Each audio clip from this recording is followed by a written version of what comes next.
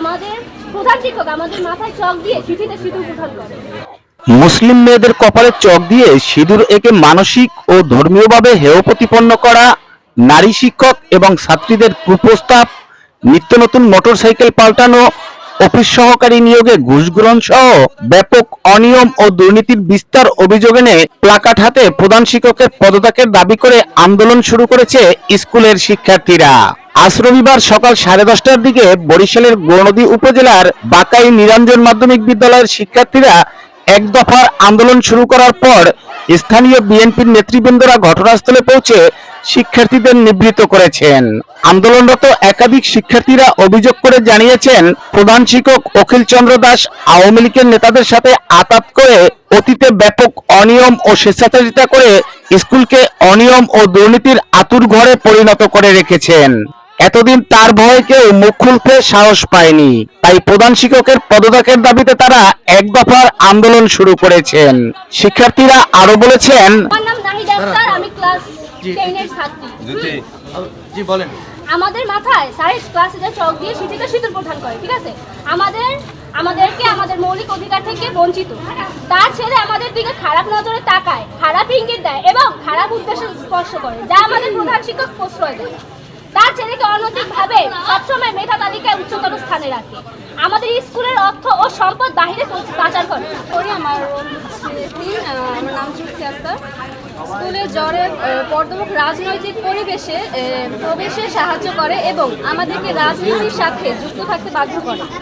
আমাদের ক্লাস বাদ দিয়ে অধিকাংশ সময় সে রাজনৈতিক মিটিং এর সাথে যুক্ত থাকে। বহিরাগত নেতাদের স্কুলে প্রবেশ করিয়ে দেয়, যার কারণে ঝামেলা তৈরি হয়। আমাদের দিয়ে নেশাদ্রব্য কেনার এবং নেশাদ্রব্যকে প্রমোট করে এবং তার ছেলে নিজের ক্লাস চলাকালীন ক্লাসের বারান্দায় নেশাদ্রব্য পান। পানি করা টাকা দিয়ে তার ও তার পরিবারের বিলাসিতা জীবন। এক দফা এক দাবি, প্রধান শিক্ষকের পদত্যাগ। আমাদের বোনের ভালো একটা বাথরুম নেই, ক্লাসে বসার জন্য টেবিল নেই, শান্তিপূর্ণ ক্লাস করার জন্য বিদ্যুৎ নেই, কিন্তু তার বাসায় এবং অফিসে উন্নত মানের TV, fridge, AC, motor, sofa ইত্যাদি, যা আমাদের টাকা দিয়ে কেনা এবং আমাদের বেতন হক থেকে বিদ্যুৎ বিল পরিশোধ। তার বেতন 30,000 টাকা, তার ছেলের হাতে 50,000 টাকা দামের মোবাইল ফোন, 20 থেকে 25,000 টাকা তার ছেলের হাত খরচা, প্রতি 6 মাসে তার বাইক পরিবর্তন এবং তার ব্র্যান্ডের পোশাক পরিধান। তবে আপনারাই বলুন এত বিলাসিতা 30,000 টাকায় কোথা থেকে আসে? দফা এক, দাবি এক। স্থানীয় বাসিন্দারা অভিযোগ করে বলেছেন, স্কুলের জনবল নিয়োগ থেকে শুরু করে বিভিন্ন স্তরের দুর্নীতির সাথে জড়িত প্রধান শিক্ষক অখিল চন্দ্র দাস। অভিযোগের বিষয়ে প্রধান শিক্ষক অখিল চন্দ্র দাসের সাথে যোগাযোগ করা হলে তিনি সকল অভিযোগ অস্বীকার করেছেন।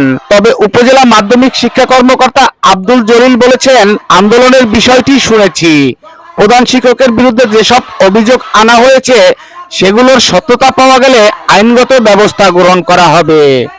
হাসান মাহমুদের ভিডিও চিত্রে আরিফ ইন্ডিয়াদের পাঠানো প্রতিবেদনে স্মার্ট সংবাদ নিউজ ডেস্ক।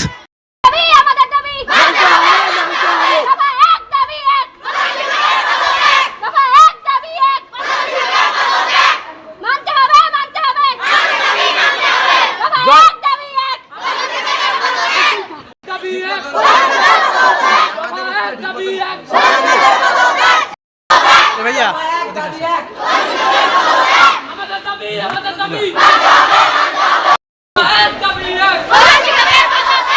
দফা এক, দাবি এক।